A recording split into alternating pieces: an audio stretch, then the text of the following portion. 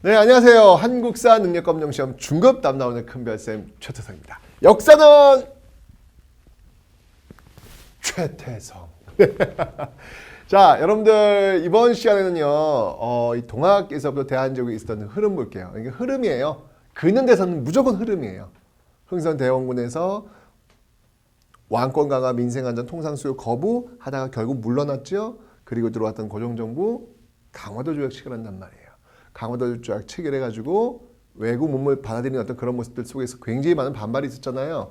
위정촉사파의 저항도 있었고, 구식군인과 빈민들의 저항도 있었고, 그리고 급진파 내부에서의 급진 개화파, 개화파 내부에서의 급진 개화파의 또 반발, 갑신정변, 이모군란과 갑신정변은 그렇게 나온 것이었습니다. 그죠? 흐름 딱 기억하시고요. 그렇게 해서 결국 위로부터의 개혁이었던 갑신정변 실패로 끝나게 되는 것이죠. 거기서부터 이제 저희가 이야기를 시작하면 될 것 같습니다.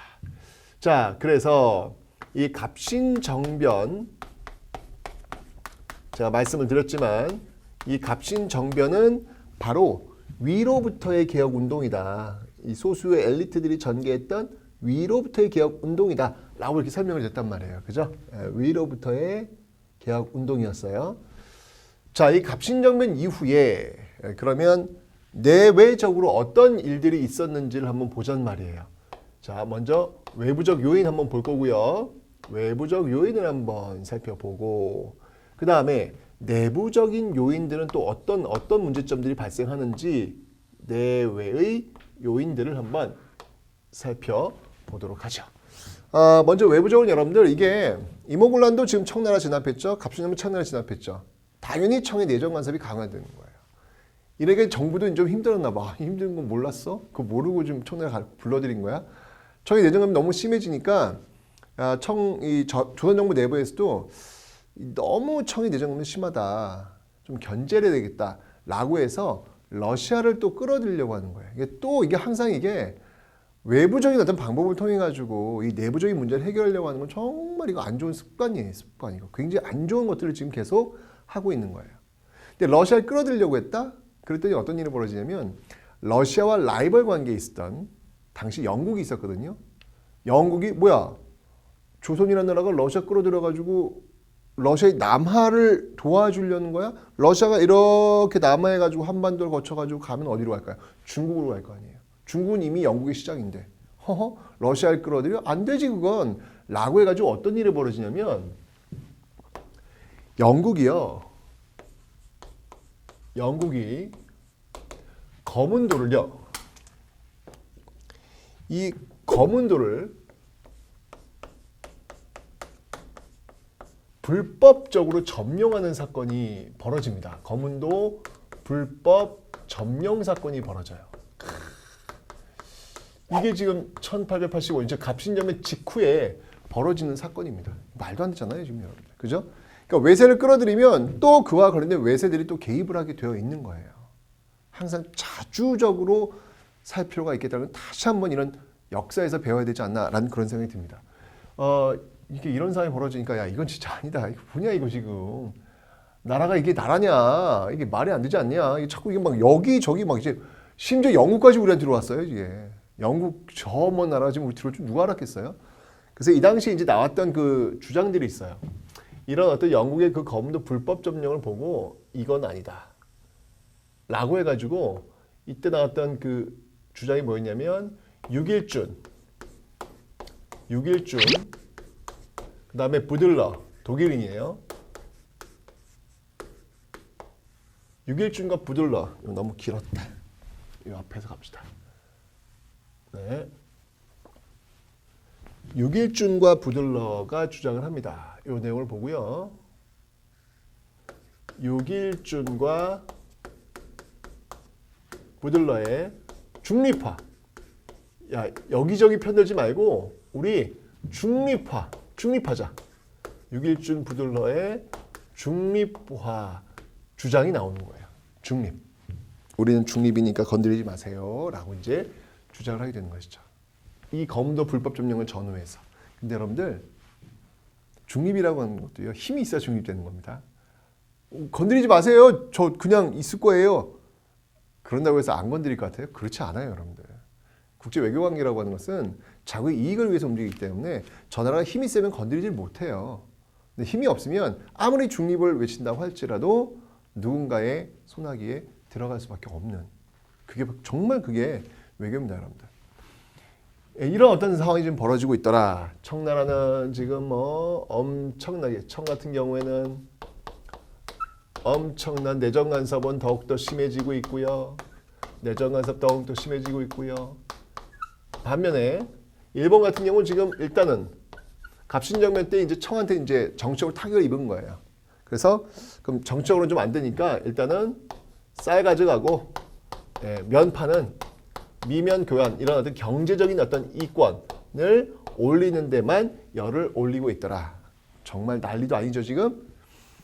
자, 내부적으로는 또 어떤 일이 벌어지고 있냐면 지금 내부적으로 이렇게 지금 미면 교환 시스템이라고 하는 이 내용들이 벌어지고 있다 보니까 당연히 쌀값이 어떻게 될까요? 쌀값은 당연히 폭등할 수밖에 없는 거예요. 우리가 먹을 쌀이 없어. 이런 모습들. 그리고 쌀값은 올라가고요. 그리고 이제 개화 정책을 지금 추진을 굉장히 많이 하고 있잖아요. 갑신일만 끝났다고 해서 개화 정책이 끝난 건 아니거든요. 계속 개화 정책 추진하거든요. 뭐가 필요해? 돈이 필요하죠. 그 돈은 어디서 나와요? 세금이에요. 그래서 조세 부담은 더욱더 올라가고 있고요. 이런 상황들이 지금 벌어지고 있는 거예요. 자, 이렇게 되면 여러분들이 이 당시에 살았던 사람들을 생각해 보세요. 여러분 어떻게 하시겠어요? 촛불 들어야지 뭐. 이거 뭐 이 정도면 촛불 들어야 되는 거 아닙니까, 여러분들? 이게 지금 외부적으로 이게 나라냐 이게 지금. 아니 뜬금없이 영국이 와가지고 거문들을 불법 점령하지를 않나. 내부적으로 쌀가 지금 폭등해 지금 먹고 살기 힘들잖아요 지금요. 이러면 촛불 들어야지 뭐. 똑같아요. 그래서 여기 상황 속에서 지금 이렇게 외부적인 어떤 요인 속에서 나왔던 그 감정, 당시 사람들의 어떤 감정은 뭐냐면 바로 반대하는 거예요. 외세에 반대하는 어떤 그런 모습들이 자연스럽게 나올 수밖에 없었고 지금 여기서는 지금 이 내부적으로 지금 보여지는 이 모습들은 심각하다 이거. 왜 뜯어망가냐 이거. 나라는 엉망인데 라고 하면서 바로 정부, 봉건 정부에 대한 이런 어떤 반대, 봉건 정부, 그러니까 어떤 신분제를 유지하고 있고 전 근대적인 어떤 질서를 유지하면서 이렇게 세금 수탈하고 있는 어떤 이런 어떤 시스템들에 대한 어떤 반발, 외부적으로는 반외세, 내부적으로는 반봉건의 모습들이 나타날 수밖에 없더라. 이런 과정 속에서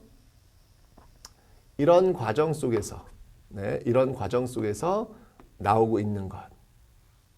이게 바로 우리가 이제 오늘 공부하게 될 바로 동학농민운동이다라는 거예요. 동학농민운동. 네. 동학농민운동이 나올 수밖에 없는 그런 배경이잖아요. 딱 봐도 지금 느낌 오잖아요, 지금요. 그죠? 이게 1894년도에 전개가 되고 있더라. 바로 이 동학농민운동에 대해서 우리가 지금 알아보려고 하는 겁니다. 이해되셨죠? 초창기의 이 동학농민운동은요, 맨 처음에는 교조신혼운동부터 출발을 했어요. 맨 처음에 이 동학농민운동의 출발은 교조신혼운동. 자, 이 교조신혼운동이 뭐냐면 여러분들 그 지금 이 동학을 창시한 사람이 누구예요? 이게 동학을 창시한 사람이 바로 최재우입니다. 그죠? 그 최재우가 결국은 그 흥선대원군 집권기에 혹세무민한다라고 해서 결국 죽임을 당해요. 그래서 이러한 어떤 그 운동, 일단 그 동학을 믿는 사람들 많은데 자기 그 교주가 완전 혹세무민이라고 해서 그냥 죽임을 당했단 말이에요. 그럼 그 종교는 뭐예요? 혹세무민한 종교 아니야? 교주의 어떤 명예를 회복시켜 줘야 자기가 믿고 있는 종교에 대한 어떤 그런 어떤 인정을 받을 거 아니에요. 그래서 전개했던 게 뭐냐면 바로 교조신원 운동이라는 거예요. 교조신원 운동. 교조신원 운동이라고 하는 건 뭐냐면 말 그대로 교주의 신원, 명예를 회복해 주자라는 어떤 운동이 되겠습니다. 이런 어떤 운동이 출발되다가 이런 것들이 맞물리면서 빵 하고 터져버린 사건이 바로 동학농민 운동이더라 라는 거예요. 자, 동학농민 운동. 그러면 1차부터 한번 살펴보도록 하겠습니다. 동학농민 운동 1차. 이 동학농민 운동 1차는요. 보시면 알겠지만 이게 둘 다 지금 반외세 반봉건이죠. 반외세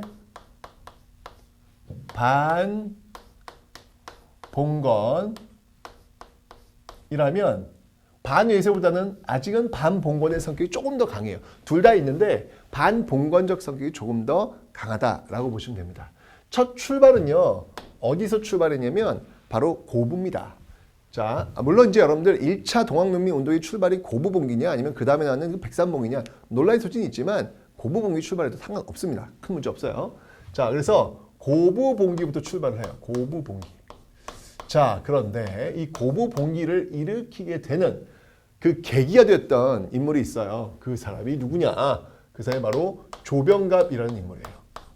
네, 조병갑. 이 고부군수 조병갑인데요. 정말 학정도 이런 학정할 수 없어요. 그냥 세금을 뜯어내려고 막 난리 치는 거예요. 아까 제가 얘기했잖아요. 저 세금 뜯어내는 그런 사람 때문에 문제가 심각하다고. 저수지가 있어요. 그 저수지를 사용하려면 농사 지으면 저수지 필요하잖아요. 세금을 내야 돼요. 세금을 내야 되는데 이 조병갑이라는 사람이 저수지가 있음에도 불구하고 또 하나를 만든 거예요. 세금을 또 걷겠다는 이야기죠. 게다가 그 저수지를 만드는데 사람들도 동원을 한 거예요. 그러니까 농민들은 뭐냐면 그저에 살고 있는 사람 안 만들어도 되는 저수지를 힘들어서 만들어 놓고 그 다음에 세금을 내야 되는 거예요. 이런 황당한 경우가 어딨어. 바로 그런 것들에 대한 학정에서 바로 이 조병갑이 물러나라 라고 하면서 일어났던 사건이 바로 고부봉기가 되겠습니다. 그 저수지 이름이 뭐냐면 바로 만석보라는 겁니다. 만석보. 이 보 저수지 보자잖아요. 그죠? 여기서 출발한 거예요. 자, 근데 맨 처음에는요, 이게 딱 일어났을 때 정부에서 내려와가지고, 알았어. 이 문제 해결해 줄게. 잘 해결해 줄게. 라고 해서 잘 넘어가는 듯 했어요. 그런데, 그 다음에 내려왔던, 다시 한번 조사를 하기 위해서 내려왔던 안핵사 이용태라는 사람이 있습니다. 이 이용태라는 사람이 이 고부봉기를 주도했던 사람들 막 잡아들이는 거예요. 전봉준이 이걸 보고, 여러분들 뭐 잘 알겠지만 동학농민 운동하면 떠오르는 인물이 이제 전봉준이잖아요. 이거 안 되겠다. 다시 봉기를 일으키게 됩니다. 자, 그래서 전개된 게 바로 백산봉기라는 거예요. 백산봉기. 바로 안핵사 이용태. 안핵사 이용태가 원인이 되어가지고 들고 일어나는 거. 이젠 멈추지 않습니다. 진격! 해가지고 쭉쭉쭉 치고 나갑니다. 그래서 황토현 전투. 황토현 전투, 그리고 황룡촌 전투. 네, 이 전투를 모두 승리로 이끌게 됩니다. 황토현, 황룡촌 전투를 모두 승리로 이끌어요. 그러니까 이것도 좀 웃기지 않아요, 여러분들? 무슨 관군이 왜 농민들한테 밀려? 그 무슨 군인들이 그래? 그러니까 이게 얼마나 오합지졸의 모습인지를 여러분들 보셨죠? 아니 아무리 성난 농민들이 있다 할지라도 아니 이렇게 여기서도 뚫리고 저기서도 뚫리고 야 정말 당시 상황이 어떤 상황인지 여러분 느낌이 오시죠? 그죠? 정말 힘들었던 그 농민군들의 어떤 그런 모습들은 이해를 하는데 아무리 그래도 그렇지 중앙군이 이렇게 이러니까 막 지금 영국에 와서 막 거무도 불법 점령하고 이 난리 치는 거예요 지금요. 그죠? 자, 이렇게 되니까 결국 어디까지 들어오냐면요. 와우. 전주성을 점령을 하는 사건까지 벌어집니다. 전주성 점령. 이게 웬일이야. 전주성을 점령을 해요. 대박.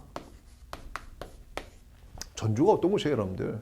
바로 이 전라도에서 굉장히 중요한 곳이잖아요. 이곳을 지금 농민들이 점령을 했다는 거예요. 전라도는 우리나라의 그 곡차, 우리의 그 목줄입니다, 여러분들. 이 지역이 농민군들의 손에 들어갔다 유사일에 이런 적이 없었어요. 역사일에 정말 최초가 아닐까라는 생각이 듭니다. 전주성을 점령해버린 거예요. 야, 이러니까 이제 정부에서 화들짝 놀랐겠죠.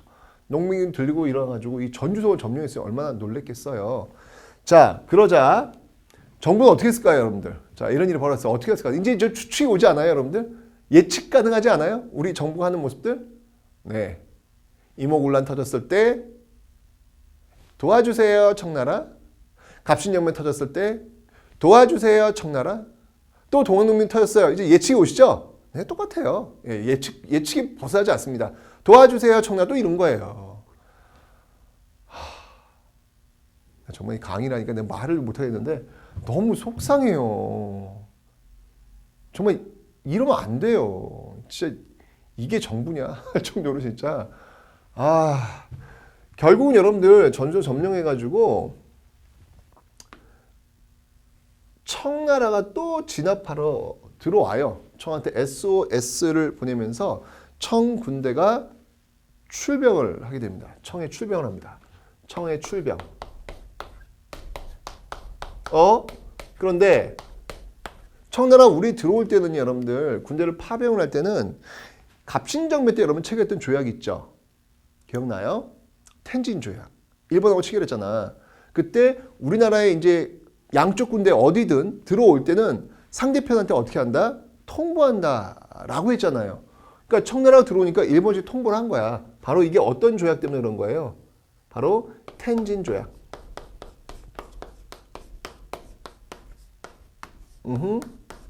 텐진 조약에 의해서 일본이 그 소식을 듣고 그래? 그럼 우리도 들어간다 라고 해서 일본도 파병을 한 거예요. 이게 웬일이야. 일본도 파병을 한 거예요. 일본도. 난리 났어 지금 완전히. 일본은 여러분들 지금 10년 전에 1884년 갑신정변 때 창덕궁에서 청과 한번 붙었다가 완전히 깨갱하고 깨졌던 그런 경험이 있죠. 그리고 10년 동안 칼을 갈았어요. 언젠간 한번 청나라 한번 대판 한번 붙어야 되겠다라고 해서 칼을 갈았어요. 그 시점을 바로 이 모습을 딱 잡은 거예요. 지금 청나라 들어왔죠? 또 일본 들어왔어요. 이제는 아예 그냥 군대들이 왕창 들어와요 지금요. 그죠? 이러니까 정부에서 어이쿠나 이건 아니지. 우리나라에서 청일전쟁이 벌어질지도 모른다는 위협감이 드는 거예요. 아니 근데 왜 그걸 이제 와서 하냐고. 난 진짜 이해가 아니 너무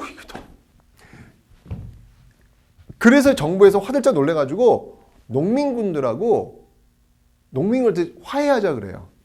야 우리 이거 이러다가는 안 되겠다. 야 이거 이제 우리나라에서 이게 청나라 일본이 막 싸울 것 같으니까 우리 화해하자 그러는 거예요. 진즉해야지. 이걸 다 끌고 들어와가지고 화해를 하면 되냐고요. 그래서 체결한 게 뭐냐면, 바로 전주화약이에요. 그래서 체결한 게 바로 전주화약입니다.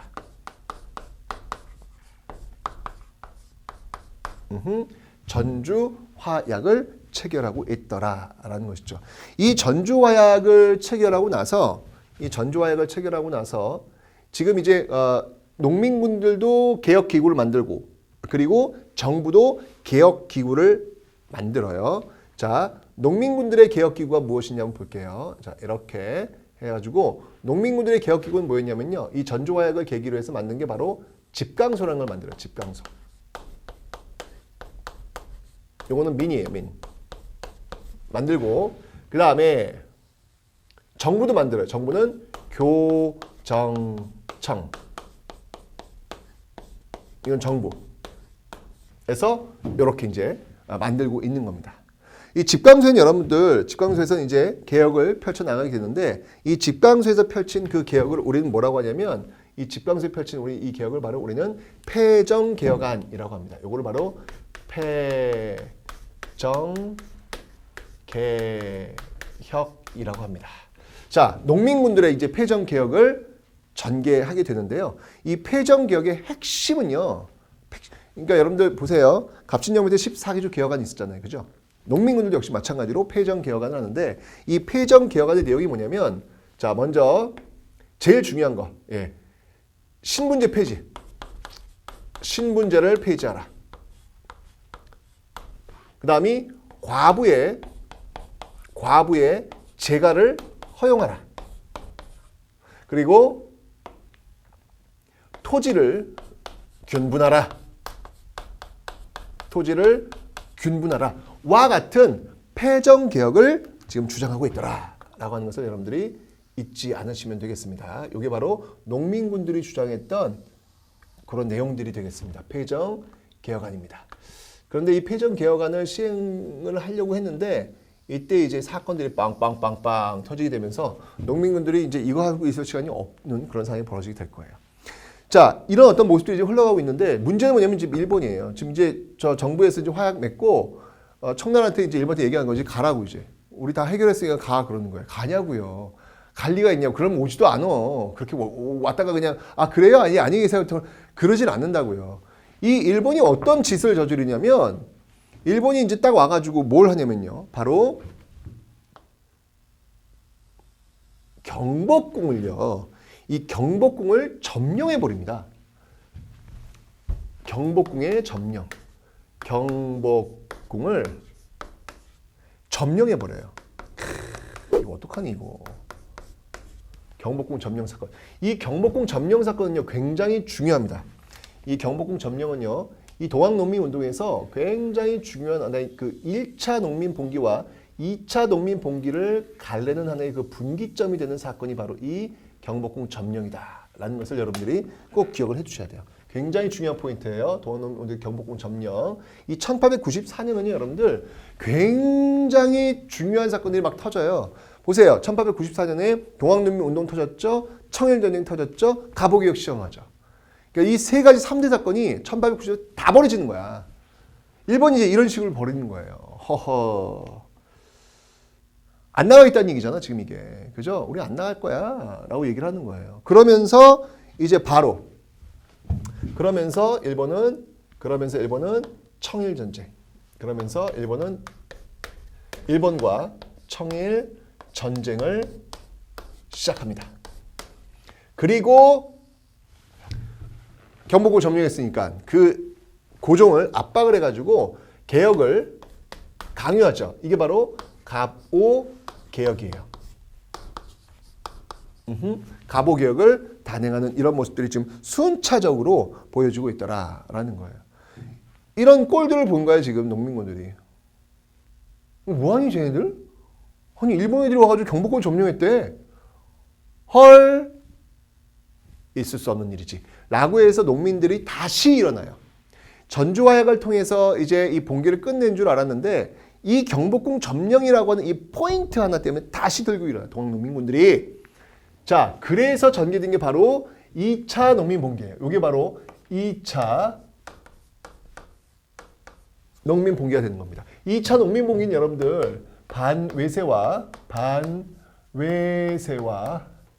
반봉건이 있으면 2차 농민봉기는요. 반외세의 성격이 조금 더 강해요. 이 2차 농민봉기의 어떤 그 원인을 제공했던 사건은 제가 방금 설명드렸지만 바로 이 경복궁 점령 사건이다라는 것을 여러분들 잊지 않으셔야 되겠습니다. 결국 이 2차 동학농민운동 여기서 이제 벌어진 어떤 그 모습들은 뭐냐면요. 바로 사실은 이제 여기 여러분들 그 포접제라는 게 있어요. 농민군의 어떤 조직이에요. 포접. 네. 이렇게 그러니까 마을 엮어가지고 피라미드처럼 이렇게 엮어놓은 거예요. 이걸 포접제라고 하는데 사실 이 1차 농민봉기 때는요. 동학농민군들 중에서도 남접과 북접이 있는데 같이 함께 하진 않았어요. 조금 뜻이 좀 달랐어요. 그런데 이쯤 되니까 왕까지 지금 이게 뭐 거의 뭐 포로로 잡힌 어떤 그런 경우잖아요. 남북접이 연합을 합니다. 이때 이제 남북접이 연합을 해서 해요. 논산에 모여가지고 그리고 치러 올라가는 거예요. 그 전투 어찌 보면 마지막 전투라고 할 수 있겠죠. 예, 그 전투가 바로 우금치 전투라는 겁니다. 우금치 전투라는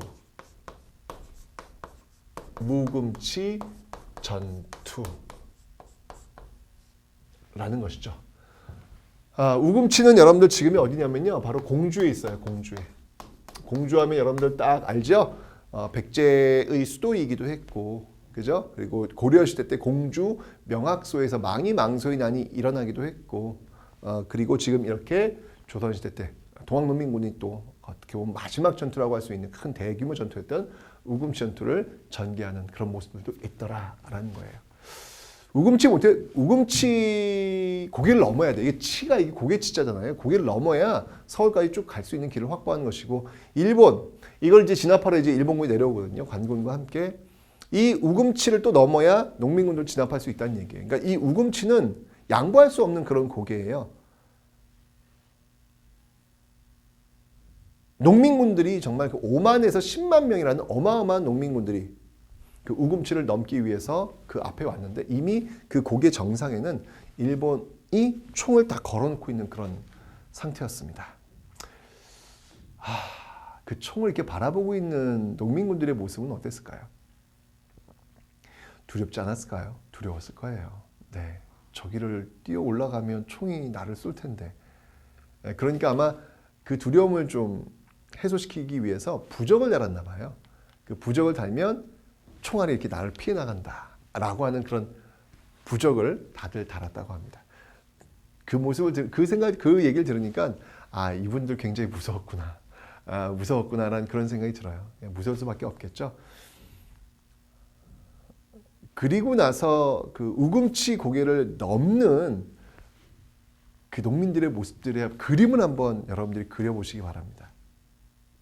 총성과 쓰러진 어떤 그런 모습들이 전개가 되고 있겠죠. 그 우금치 전투에서 결국 동학농민운동군은 대패하게 됩니다. 그 일본의 어떤 그 신식 무기에 당해낼 수가 없었던 것이죠.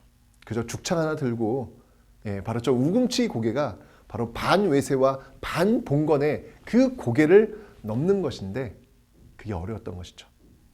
그런 생각이 들더라고요. 저 우금치 밑에 있는 저 하얀 옷 입은 사람들이 과연 누구였을까? 바로 저 시대를 살고 있었던 아버지들이었겠구나 라는 생각이 들어요. 그 아버지들이 왜 죽창 하나 들고 반외세와 반봉건이라고 하는 그 시대의 과제를 해결하기 위해서 저 우금치를 뛰어넘고자 했을까? 총이 바로 앞에 있는데도 불구하고 그거는 바로 그들에게 꿈이 있었기 때문이 아니었을까. 우리 뒤에 오는 사람들한테만큼은 이 외세에 의해서 이렇게 좌지우지되는 어떤 그런 세상이 아니고, 또 봉건 정부에 의해서 신분제에 의해서 좌지우지되는 어떤 그런 사회 아닌 더 나은 사회를 만들기 위해서 저 고개를 나는 넘어야 된다 라고 하면서 그 부적 하나 달고 죽창 하나 들고 그 우금치를 향해 달려간 게 아니었을까라는 그런 생각이 들더라고요. 그저 단순하게 동학농민운동, 우금치, 죽어가는 농민들 이런 모습들만 떠오르는 게 아니라 그 사람들의 모습을 한번 좀 이렇게 같이 가까이서 보고 있노라면 좀 가슴이 좀 먹먹한 그런 모습도 생각도 들더라고요. 자, 어쨌건 이 우금치 전투에서 결국 대패하면서 동학농민운동군은 결국 실패로 돌아갔죠. 여러분들 당시에 바로 이런 우금치 전투의 어떤 그 패배라든지 이런 것들을 또 진두지휘했던 정부의 부처가 있다면, 당시 그 정부에서 이끌고 있었던 이 갑오개혁 때 이제 만들었던 그 부처가 있었거든요. 그게 뭐였냐면 바로 군국기무처라는 게 있습니다. 군국기무처. 군국기무처.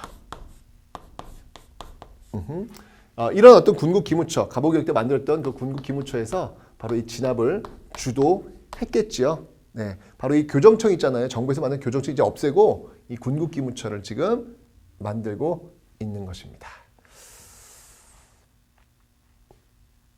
그러면서 이제 이 갑오개혁이 진행이 되는 거예요.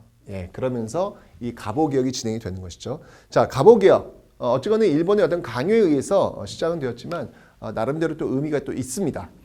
특히 1차 갑오개혁 같은 경우에는 여러분들 이 일본이 지금 청일전쟁을 전개하고 있었기 때문에 비록 일본의 강요에 의해서 전개된 이 개혁이긴 했지만 이 청일전쟁 때문에 일본이 신경 쓸 수가 없었어요. 그래서 자발적으로 우리 내부에서 스스로 개혁을 이끌어가는 어떤 그런 면도 분명히 있었다라는 것을 기억하시면 되겠습니다. 자, 1차 갑오개혁입니다. 1차 갑오개혁. 자, 1차 갑오개혁은 어떤 내용들로 구성되는지 한번 보도록 하죠. 1차 갑오개혁. 자, 이 1차 갑오개혁은 제가 지금 설명드렸지만 바로 이 군국기무처가 중심이 되어서 교정청을 없애고요. 교정청을 없애고 군국기무처. 군국기무처가 중심이 되어서 전개하고 있더라. 여러분들 1880년대 개화정책을 이끌었던 곳이 어디라 그랬죠? 통리기무함은. 1890년대는 군국기무처. 잊지 마세요, 여러분들. 자, 1차 갑오개혁 뿜뿜뿜 전개가 되고 있습니다. 자, 그 내용들은 어떤 것들인지 한번 살펴볼게요. 먼저 정치면에서. 네, 정치면에서는 어떤 개혁들인지 한번 살펴보도록 하겠습니다. 먼저 이제까지 여러분들 조선시대의 그 전통적인 중앙 시스템이 뭐예요? 의정부 6조 체제잖아요. 그 의정부 6조 체제를 뭘로 바꾸냐면 의정부 8아문으로 바꿉니다. 의정부는 그대로 있고요. 6조를 좀 더, 네, 2개를 더 늘린 거죠. 8아문으로 바꾸고 있는 모습들 기억하시면 되고요. 그 다음이 경제. 자, 경제면에서는요. 재정의 일원화. 이거 또 등장합니다, 여러분들. 재정의 일원화. 여러분들 14개조 개혁안에서 보셨죠? 그때는 호주였죠. 여기서는 지금 아문이니까 탁지아문. 네, 탁지아문으로 재정의 일원화를 지금 추구하고 있는 모습들. 자, 뿐만 아니라 여러분들 당시에 어떤 그 무게 재고, 길이 재고 이런 것들이 좀 다 달랐어요. 웃기죠. 이것도 어떻게 다 다르지? 저 서울에서 산 30cm 자하고 부산에서 산 30cm 자가 길이가 달라. 웃기잖아요, 이게. 그죠? 그런 것을 통일시키는 거야. 그래서 도량형의 통일.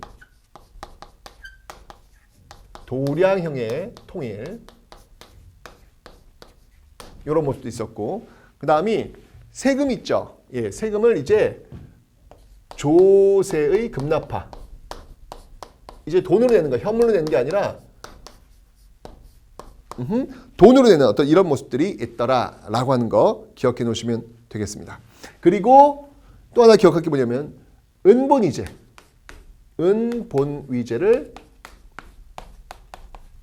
시행하더라. 이게 뭐냐면 여러분들 화폐를 찍어낼 때요. 그냥 막 찍어내는 게 아니라 화폐를 교환할 수 있는 은이 확보된 만큼만 화폐를 찍어내는 거예요. 왜냐면 그런 것도 없는데 막 찍어내면 여러분 흥선대원들 당백전 봤잖아요. 경복궁 중공할 때 만난 당백전. 어떤 일이 벌어졌습니까?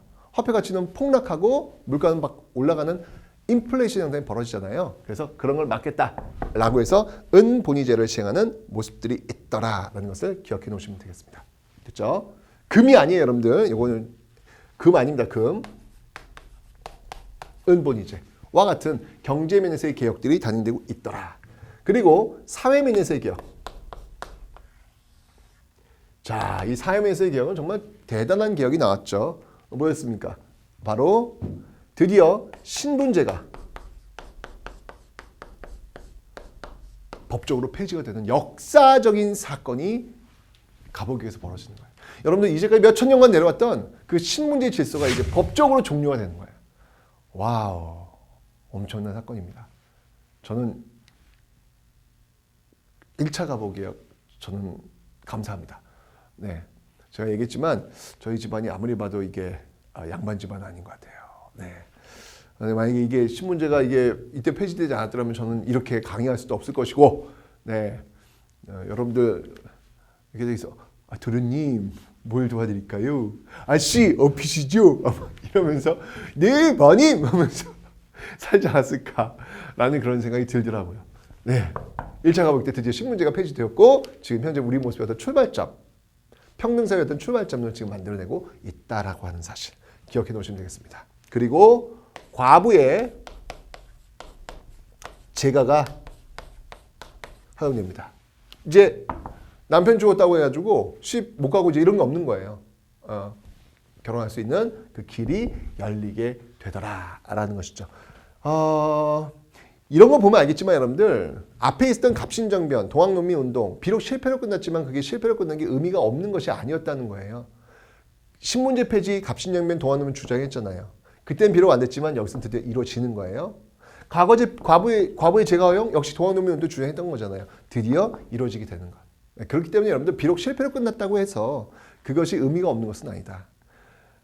우리가 만들려고 하는 세상, 우리가 주장하는 어떤 것들이 역사 발전에 부합하는 것이라면 비록 내가 실패한다고 할지라도 그것은 언젠가는 이루어지게 된다.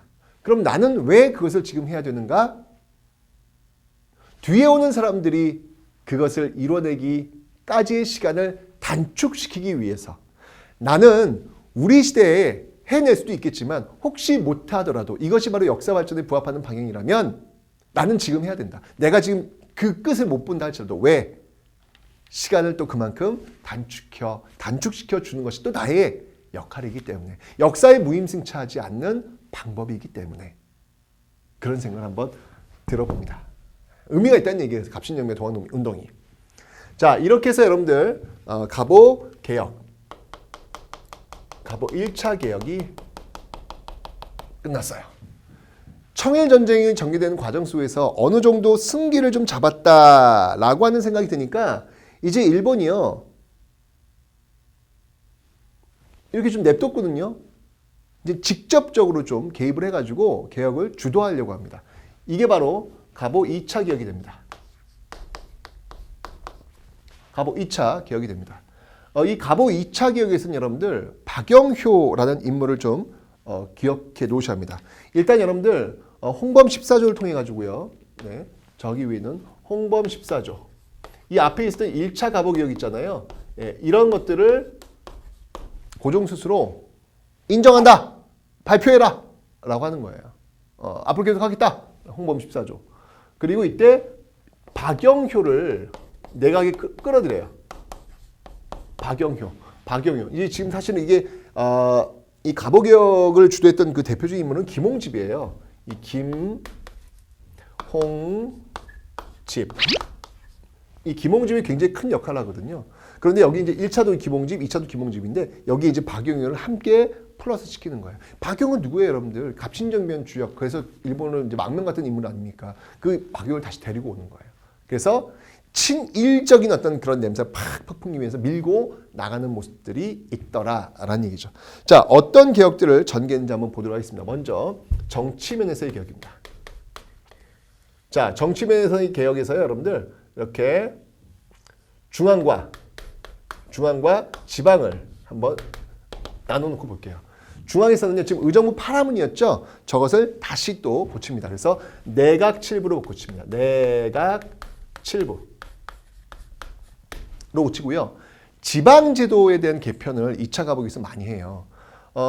전국을 여러분들 8도로 나눴죠. 저쪽 1차 갑오에서 의정부 6조 체제, 의정부 8하문 체제로 바꾸면 중앙에 대한 어떤 시스템을 바꾸잖아. 근데 이 2차에서는 여러분 지방 시스템을 또 바꿉니다. 8도, 이 8도를 전국 8도를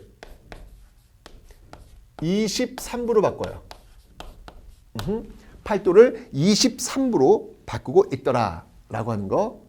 그 다음에 중요한 게 뭐냐면요. 바로 재판소를 설치한다는 거예요. 자, 지방에 바로 재판소를 설치한다.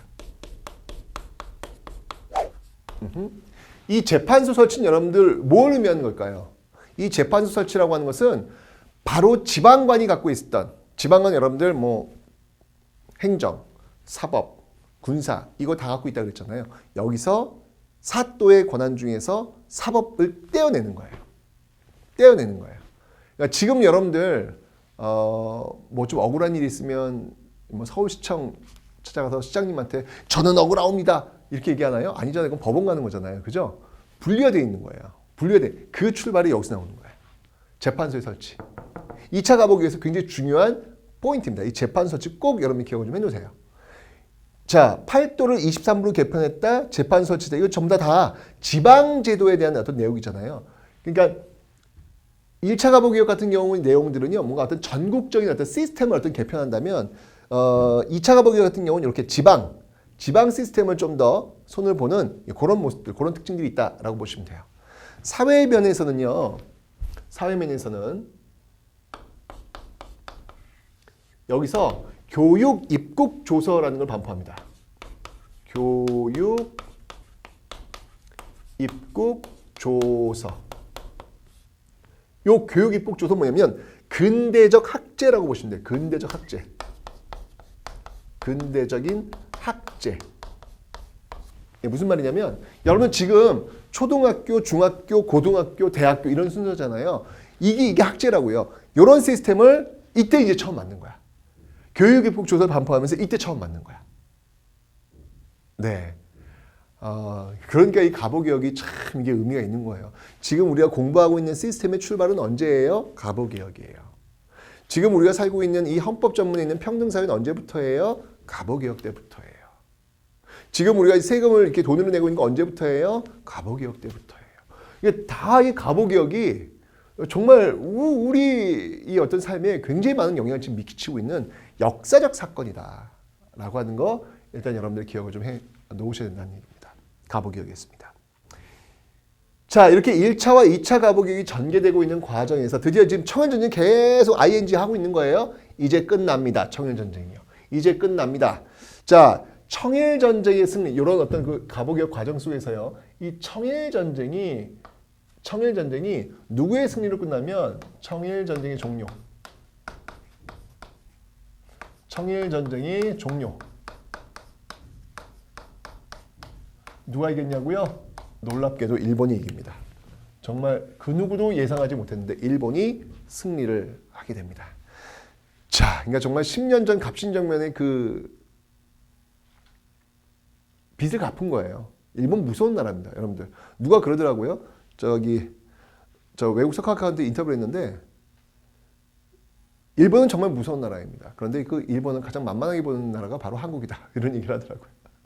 정말 왜 우리는 일본은 그렇게 만만히 볼 수 있는 나라가 아니에요. 정말 대단한 나라입니다. 우리 좀 배워야 될 부분들이 굉장히 많이 있어요. 어떤 그 감정에 의해 가지고 일본을 바라보는 것은 좀 옳지 않다. 그건 오히려 더 우리가 지는 방법이다. 라는 생각이 들어요. 정확하게 일본이 어떤 나라인지에 대해서는 우리가 좀 알 필요가 있습니다. 정말 무서운 나라입니다. 결국 10년의 어떤 그 10년 전의 그 빚을 일본이 이제 갚은 것이죠. 자, 이러면서 일본은 조약을 체결합니다. 그 조약이 뭐냐면 바로 시모노세키 조약이에요. 시모노세키. 이게 발음이 누가 그러더라고요. 선생님, 이놈의 새끼인가요? 이놈의 새끼 이렇게 그러더라고요. 이놈의 새끼 이러더라고요.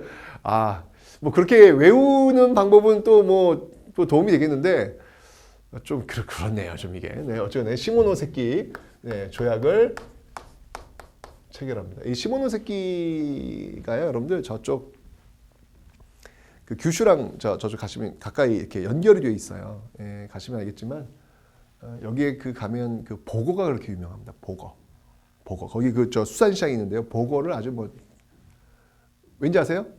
그 보고를 이토 히로부미가 그렇게 좋아했대요. 그 시모노세키에서 그 보고가 굉장히 많았는데 그거 갖고 요리해 먹는 걸 너무너무 좋아했대요. 그래가지고 시모노세키 조약을 체결할 때도 여기서 체결한 이유가 뭐냐면 이 이토 히로부미가 중국 그 이용장을 불러들여가지고 복요리집에서 이 시모노세키 조약을 체결을 해요. 복요리집에서. 그만큼 아주 이 복요리가 유명한 곳입니다. 나중에 여러분들 그 시모노세키를 가시면 시모노세키 조약이 체결된 그 박물관이 있어요. 예, 박물관에 가시면 그 바로 아래가 수산시장이거든요. 그래서 보고 좀 드시고 여기서 이제 그 이토 히로부미와 이용장이 또 시모노세키 조약을 체결하는 그런 모습도 한번 확인해 보시기 바랍니다. 그런데 우리한테는 굉장히 이게 아픈 곳이에요. 왜냐하면 이 시모노세키 조약의 첫 번째 조항이 뭐냐면 청나라 조선에 손 뗀다는 거예요. 여러분 강화도 조약에서 왜 조선이 자주국이다라고 하는 조항 들어갔잖아요.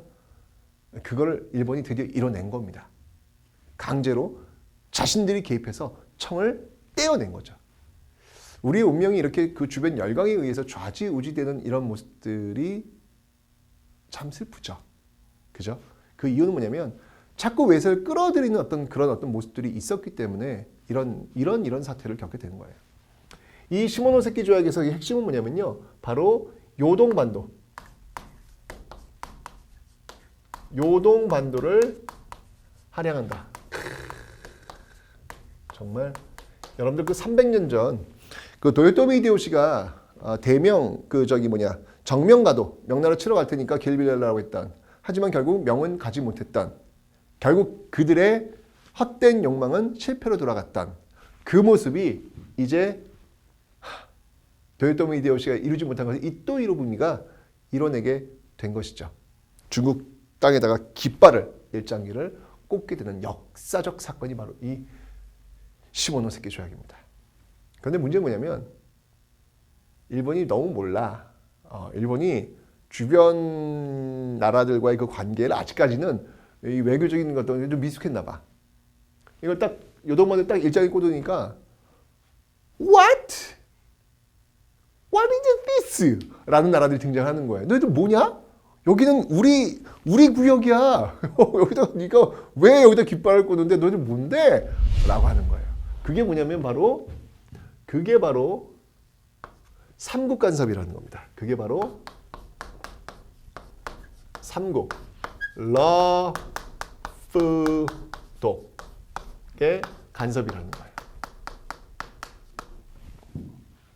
특히 러시아. 러시아가 get out of here.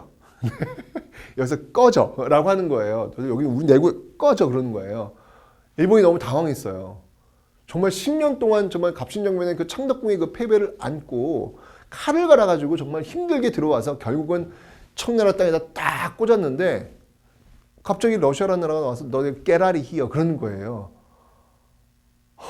일본 어땠을까요? 하이! 와타시와 도망가겠습니다. 라고 빠져나옵니다. 왜냐하면 러시아랑 싸울 수 있는 힘이 없었거든요. 일본은요. 눈물을 머금고 결국 요동반도를 다시 청나라한테 돌려주게 됐죠. 일본이 여러분들 이 수모를 10년 뒤에 정확히 또 갚을 겁니다. 그게 바로 러일전쟁. 10년 뒤 벌어지는 1904년에 벌어지는 러일전쟁. 여기서 일본은 러시아를 무너뜨립니다. 일본은 그런 나라입니다, 여러분들. 자, 어쨌든 이 상황 속에서 명성황후가 이걸 본 거야. 뭐야? 일본이 엄청난 나라인 줄 알았더니 뭐야? 일본이 청나라를 딱 제압하는 모습 보고 와 했는데 뭐야? 저 일본은 가밖에 깨라리 히어 하면서 그냥 쫓아내는 나라가 있는 거야. 뭐야? 러시아가 센데? 라고 해서 또 러시아를 끌어들이려고 하는 거예요. 이 명성황후가 러시아를 끌어들이려고 하는 거예요. 아, 제발 좀 그만 좀 했으면 좋겠어요. 뭐 이렇게 외세를 자꾸 끌어들여. 이 땅에 살고 있는 그 수많은 백성들을 왜 믿어야지? 왜 자꾸 외세를 믿냐고요. 백성들의 힘을 통해 가지고 이 외세와 이 힘든 환경을 극복해 나가려고 해야지. 자꾸 왜 외세에 의존하냔 말이죠. 물론 여러분들 명성황후의 입장에서 본다면 그럼 어쩌란 말이냐. 지금 우리가 힘이 약한데 외세를 끌어들여가지고 외세를 막아내는 이런 방법밖에 없지 않느냐. 이 제2의 방식을 우린 지금 쓰려고 하는 거 아니냐. 왜 나만 갖고 그러냐. 라고 비판의 어떤 그 화살이 쏟아지는 것을 항변할 수도 있습니다. 이건 분명히 외교적인 행위다. 당연히 그래야 되는 거 아니냐. 라고 항변할 수도 있습니다. 그렇지만 이 돌아가는 그 판국 속에서는 너무 외세 의존적인 어떤 그런 모습을 보인 게 아닌가라는 그런 생각이 듭니다. 자, 이렇게 되면서 여러분들 명성황후가 러시아한테 이 접근하는 모습을 보니까 일본이 청나라를 다시 돌려준 거, 요동반도한테 돌려준 거는 뭐 어쩔 수 힘이 없으니까 안 되겠는데 조선마저 러시아 수중에 들어가는 거는 이건 용서 못해. 우리는 조선은 1876 강화도 지역부터 정말 공을 들여와가지고 여기까지 왔는데 청나라 겨우 떼어냈는데 이 러시아를 끌어들이려고 한다. 말이 안 돼. 라고 해서 일본이 자행했던 만행이 있죠. 있어서는 안 되는, 해서는 안 되는 바로 을미사변을 일으키게 됩니다.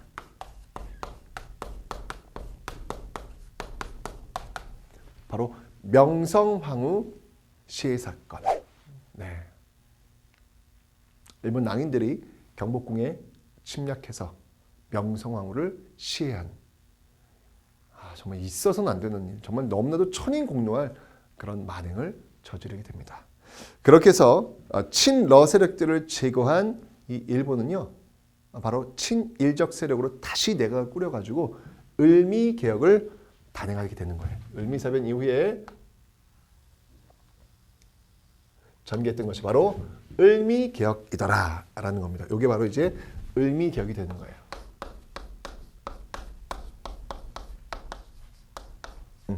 을미개혁. 을미개혁에서는요, 연호를 건양이라고 씁니다. 연호를 건양 이라고 쓰고요. 여기서 제일 중요한 그 개혁 내용은 뭐냐면요. 예, 바로 단발령이에요. 제일 중요한 게 바로 단발령. 단발령과 그리고 태양력. 단발령과 태양력을 시행하였다. 단발령과 태양력을 시행하였다. 이게 이제 가장 중요한 을미개혁의 핵심이 되겠습니다.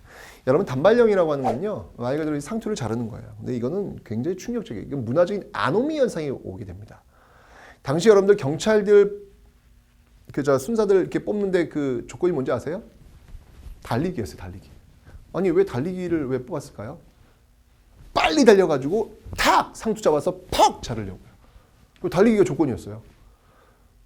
근데 여러분들 이게 조선시대는 유교의 나라입니다. 신체에 밟는 수지 부모라 하였거늘. 신체의 모든 것은 부모님이 준 것이기 때문에 터럭 하나라도 함부로 해서는 안 된다라는 거를 이 사람들은 믿고 살아온 사람들이에요. 그런데 강제로 상투를 잘린다? 머리카락을 잘린다? 실제로 여러분들 이런 일이 벌어져가지고요. 자살이 빈번하게 벌어졌고요. 그리고 이 서울의 물가가 폭등을 합니다. 왜? 지방에서 물자를 가지고 올라오질 않아요. 왔다가 또 이 상투 잘릴까 봐. 이런 어떤 그 현상이 벌어지면서 의병들이 막 들고 일어나게 되는 것. 특히 이 단발령은요. 바로 의병투쟁. 의병투쟁의 어떤 그 근거를 제시하게 된다라는 것이죠. 자, 이렇게 되면서 이제 지금 고종은 혼자 남았어요. 그죠? 흥선대원은 아버지와는 이미 연을 끊었고 자신의 아내는 이미 이렇게 죽었고 이제 남은 거는 고종 혼자밖에 없는 거예요. 자, 고종이 고민을 하죠. 그 과정 속에서 고종은 선택을 합니다. 어떤 선택? 바로 아관파천을 단행하게 되는 겁니다. 아관파천을 단행하게 됩니다. 이게 1896년도예요. 1896년도에 아관이라고 하는 건 뭐냐면 러시아, 아라사, 러시아 공사관을 얘기하는 거예요. 러시아 공사관으로 가버리게 된 것이죠. 어찌 보면 이건 자기의 아내가 시행했던 친러 정책의 일환, 아예 그냥 들어가 버린 거예요. 그 러시아와 손잡는 그런 차원이 아니라 그냥 러시아 공사관을 가버린 거야 그냥. 이거 어떻게 해야 되니 이게 정말. 정말 너무 참 이게 답답해요. 예. 한 나라의 왕이 자신이 살고 있는 그 궁궐 하나 지키지 못하면서 어떻게 일국을 지킬 수 있을까라는 어떤 그런 생각이 듭니다. 물론 긍정적인 면도 있죠. 이 고종의 아관파천은요, 당시 일본으로 쏠려 들어가고 있는 당시 어떤 그 판세를 뒤집어내는 그런 효과는 있었어요. 정말 어찌 본다면 정치 공학적인 입장에서 본다면 이건 신의 한 수였다. 정말 이 고종이 정치인으로 자립하게 되는 그 첫 번째 사건이 바로 이 아관파천이었다라는 것이죠. 일본의 입장에서 본다면 아관파천은 헐이에요. 자기들도 일국의 왕이 다른 나라 공사관으로 들어가려고는 상상을 못한 거예요. 어찌 감히 그런 일이 있었을까? 이건 말도 안 되는 거 아니야? 라고 했는데 그런 일이 벌어진 거라. 정말 닥쳤던 게 지붕 쳐다보는 그런 꼴이 돼버린 거예요. 그런 측면에서 본다면 고종의 아관파천은 신의 한 수다. 국면을 확 바꿔놓은 것이죠. 정치인의 어떤 한 수를 딱 던진 것이죠. 그런데 여기 이 당시 사람들도 이건 아니지 않냐. 그 왕이 무슨 다른 나라 공사관에 들어가 창피하게 라고 해서 이때 이제 우리나라 역사상 최초의 시민단체라고 할 수 있는 단체가 하나 만들어져요. 이거는 아닙니다. 황궁하셔야 합니다. 라고 해가지고 아관파천에 반발하면서 만들어진 단체가 하나 있어요. 그 단체가 바로 독립협회라는 겁니다. 네. 독립협회가 이때 이제 만들어지고 돌아오세요. 창피해 죽겠어요. 돌아오세요. 라고 이야기를 하는 것이죠. 결국 그 다음 해에 돌아와요. 그 다음에 돌아와서 대한제국을 선포하죠. 대한 제국을 선포합니다. 이게 이제 97년도예요. 97년도에 대한제국을 선포. 이제 뭐냐면 제예요. 황제의 나라를 선포하는 거예요. 왜 그런지 아시죠, 여러분? 시모노세키 조약을 통해서 청과의 관계를 끊어놨기 때문에 우리도 이제 황제의 나라를 선포할 수 있는 그런 힘이 생긴 것이죠. 그래서 대한제국을 선포하더라라는 거예요. 이 과정에서 이 독립협회는 계속 어떤 시민단체 어떤 그 역할들을 굉장히 많이 합니다. 여러분들 이 독립협회가 처음으로 그 만민공동회를 열었던 그 날이 언제인지 아세요? 그게 바로 3월 10일이에요. 3월 10일. 3월 10일 좀 놀라지 않습니까, 여러분들? 네. 이 독립협회가 이 종각 있잖아요. 종로 쪽에서 많은 사람들을 모여놓고 집회를 하는 거예요. 집회를 하는 거예요. 자, 그 집회가 뭐냐면 그 집회가 바로 만민공동회라는 겁니다. 그 집회가 바로 만민공동회. 만민공동회를 연 것이죠. 그래서 여러분들 여기서 모여가지고 사람들이 당시 그 러시아, 이게 지금 뭐 아간파천 러시아 공산에 가 있으니까 또 러시아한테 얼마나 많이 줘야 될 거 아니에요. 그죠? 그런 과정 속에서 러시아의 요구였던 전령도 조차를 막아내는 그런 일이 있었어요. 전령도가 어디냐면 부산에 있는 그 영도 있잖아요. 거기 전령도예요. 여기를 달라고 했거든요. 왜냐면 러시아가 지금 남하를 하려면 당신은 그 석탄이 그 증기 그 연료잖아요. 그래서 중간에 그 석탄 한번 갈아야 되거든요. 연료를 바꿔야 되거든요.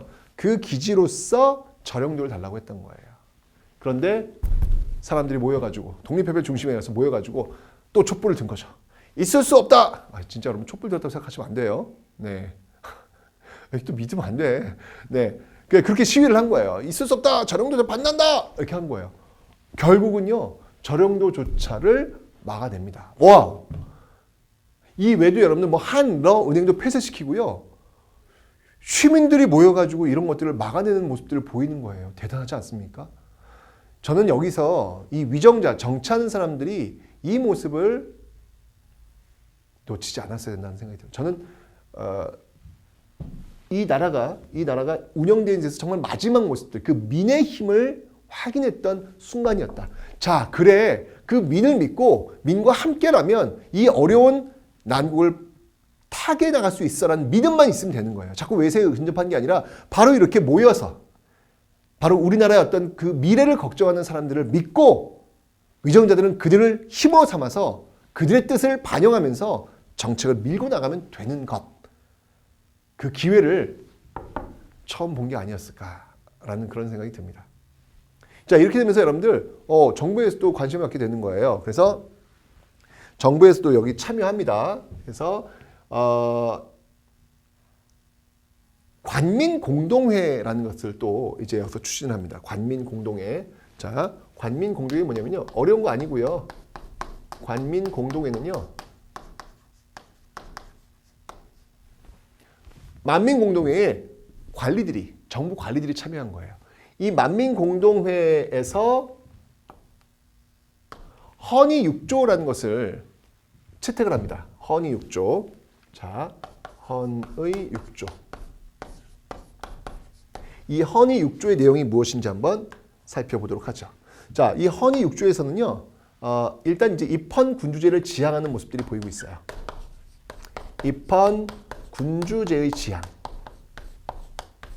물론 이제 거기 내용에 보면은 뭐 그 황제를 존중한다라는 얘기는 있지만 그거는 이제 제가 볼 때 립 서비스고요. 그 밑에 쭉 보면 알겠지만 황제의 권한을 굉장히 약화시키는 어떤 그런 내용들이 있습니다. 입헌 군주를 지향한다라는 내용이 있고요. 그 다음에 또 어떤 내용이냐면 재정의 일원화 얘기가 또 나와요. 여기 재정의 일원화 얘기가 또 나옵니다. 자, 그래서 재정의 일원화. 재정의 일원화. 어디로? 이번엔 탁집으로. 왜? 이미 내각 7부가 됐기 때문에 탁집으로의 재정의 일원화. 선생님, 아까 재정의 일원화 가보개혁 때 하지 않았나요? 아간파천 되면서 무역! 가보개혁 무역! 고정선언 했거든요. 이거 다 무역! 단발령도 이제 안 해. 이렇게 나왔거든요. 아간파천 하면서. 다시 재청의 일원화를 주장하고 있는 어떤 그런 모습들이 있더라. 그리고 또 하나 참 놀라운 게 있는데요. 그게 뭐냐면 바로 피고의 인권 존중.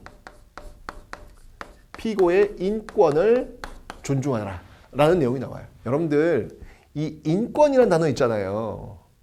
이 단어는요 굉장히 요 근래 만들어진 단어예요. 옛날부터 존재한 단어가 아니에요. 세종대왕한테 왕이시여 인권을 아십니까? 라고 하면 아마 세종대왕께서 뭐라? 인권이 무엇이냐? 라고 물어보실 거예요. 왜냐면 그 당시에 전근대에선 인권이라고 하는 거는 그 단어의 개념 자체 존재하지 않았거든요. 그러니까 죄를 지었던 사람들을 딱 오면은 전근대는 어떻게 했죠, 여러분들? 저놈의 주리를 틀어라! 으악! 하면서 자백하도록 만들잖아요. 그죠? 그런 거 하지 말라는 거예요. 아니 아직 증거도 없고 죄도 없는데 고문을 통해서 자백을 받는다는 건 말이 안 된다. 그런 거 하지 말라. 이게 인권을 존중하라. 라고 이야기를 하는 겁니다. 이런 내용들이 이제 나오는 거예요. 굉장히 근대적인 단어가 바로 인권입니다. 이런 걸 통해 가지고요. 헌의 6조 이후에는요. 바로 참정권 운동이라고 할 수 있죠. 그 의회 있잖아요. 예, 중추원 그 관제를 또 만들어 놓고 있습니다. 바로 중추원 관제. 여기서 중추원 관제를 선포합니다. 요거는 이제 어떤 모습이냐면 요 중추원 관제를 지금 만들었다는 얘기는 뭐냐면 바로 의회 설립 운동. 의회 설립 운동을 시도했다라고 볼 수 있겠습니다. 바로 이렇게 만민공동회의 어떤 모습들을 여러분들은 지금 확인하고 계신 겁니다. 그런데 고종이 이렇게 보니까 이 만민공동회 얘네들이 말이야 자꾸 이렇게 막 자꾸 촛불을 들고 오니까 기분이 나쁜 거야. 얘들이 좀 어디까지 기어올 거야? 이거 하다가 얘기를 들어요. 전하, 지금 이 만민공동회에서 공화정을 주장한다고 합니다. 뭐라? 공화정? 공화정이라면 내가 없는 거 아니냐? 왕이 없는 거 아니냐? 그렇사옵니다. 저것들은 바로 반역자들이옵니다. 그렇구나. 저 영모자를 당장 잡아들이도록 하여라. 라고 나온 거예요. 결국은 이 대한제국은요. 이 만민공동회를 탄압합니다. 황국협회를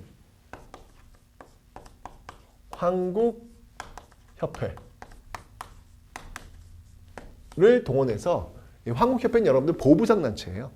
이 보부상단체를 동원해가지고 결국 만민공동회를 탄압하는 그런 모습들이 나타나고 있더라라고 하는 거. 지구 한번 가볼게요. 지구, 네, 바로 이 한국협회 보부상단체입니다. 보부상단체. 이런 모습들이 나타나고 있더라라는 것이죠. 결국 만민공동회 독립협회는요. 결국 이렇게 해서 해산이 됩니다. 정말 마지막 남은 전 기회가 아니었을까라는 생각이 들어요. 그 민과 함께 무언가를 해보려는 마지막 기회마저도 이제 고종은 뻥 하고 차버린 겁니다. 이제 남은 건 아무것도 없어요. 고종 혼자밖에 없죠. 그래서 고종 혼자 개혁을 단행합니다. 고종 중심의 개혁이라고 볼 수 있어요. 이게 뭐냐면 바로 대한제국 중심의 바로 광무개혁이라는 거예요. 자, 이 광무개혁은요. 광무개혁은 이게 바로 이제 광무개혁이라고 할 수 있는데 광무개혁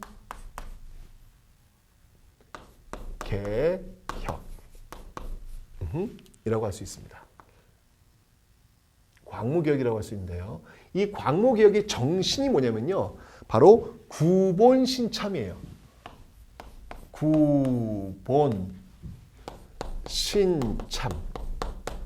네, 구본신참에 입각해서 개혁을 단행하게 될 겁니다. 자, 그래서 구본신참.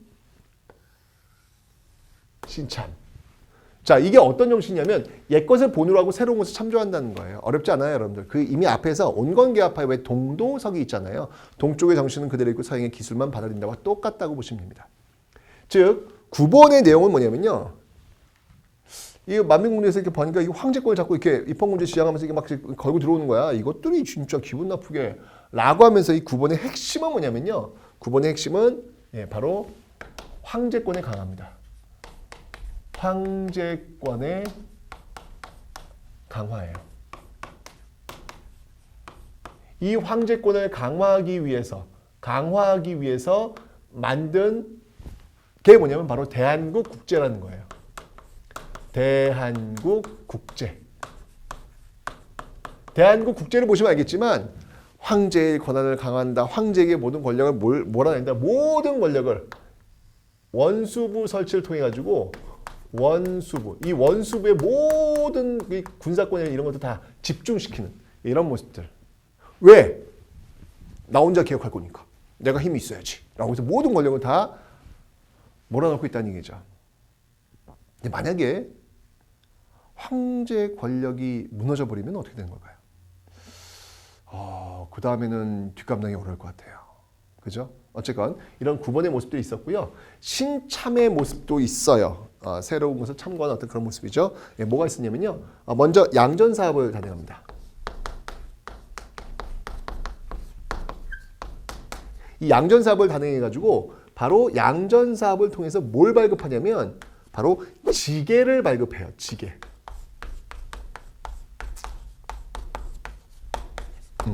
이 지계라고 하는 건 뭐냐면요. 이 지계, 토지 계약 문서예요. 그러니까 그 땅이 내 땅인지 아닌지를 딱 이제 확인시켜 주는 것이죠. 이 지계 발급의 역사적 의의는 뭐냐면 바로 근대적 토지 소유권. 이거는 바로 근대적인 토지 소유권. 토지 소유권의 확립.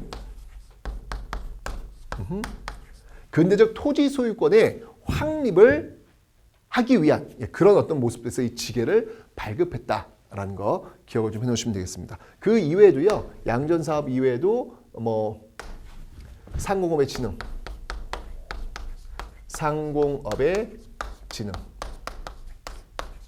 과 같은 이런 신참에 입각한 이런 어떤 그 정책들도 펼쳐 나가곤 있었습니다. 하지만 대한제국 광무기의 핵심은 바로 황제권의 강화였다라고 하는 것을 여러분들이 반드시 기억해 놓으시면 되겠습니다. 됐죠? 야, 이러고 보니까 진짜 이 드라마틱하게 지금 가고 있습니다. 그죠? 아래로부터의 개혁, 동학농민운동 실패. 그러면서 갑오개혁이 막 정리되고 있었다는 얘기예요. 일본 주도에 아니야 라고 하면서 결국 아간파천 돼가지고 이제 민과 함께 해볼 수 있는, 민과 관이 함께 손잡고 해볼 수 있는 독립회피의 어떤 모습들, 아니야 라고 하면서 결국은 황제에게 모든 권력이 집중되는 그런 모습들로 지금 이렇게 가고 있네요.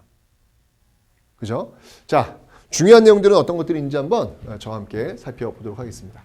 일단 여러분들 그 영국의 거문도 불법 점령 사건 있잖아요. 이건 진짜로 중요합니다, 여러분들. 이게 시점이 중요해요, 시점.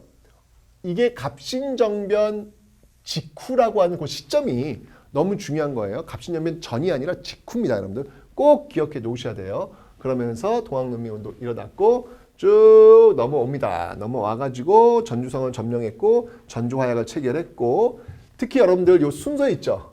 요 순서는 여러분들 반드시 기억해 두셔야 돼요. 예. 순서 굉장히 중요합니다. 요 순서가 중요해요, 순서가. 네, 순서를 꼭 기억해 놓으시라라는 거. 그리고 이제 집강소를 통해 가지고 이런 패전개혁의 내용들 있잖아요. 네, 패전개혁의 내용들, 신분제를 폐지하고 과부의 채가를 허용한다라고 하는 이런 내용들 봐두시면 되겠습니다. 이런 것들을 단행했던 그 장소, 개혁기구는 바로 집강소다라는 거 봐두시면 되고요. 그 다음에 이제 반회세, 역시 이제 우금치 전투 완전 중요하죠.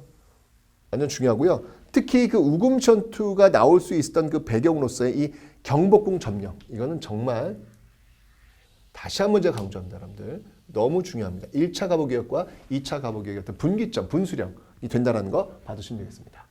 그리고 이제 드디어 이제 갑오개혁이 단행이 돼요.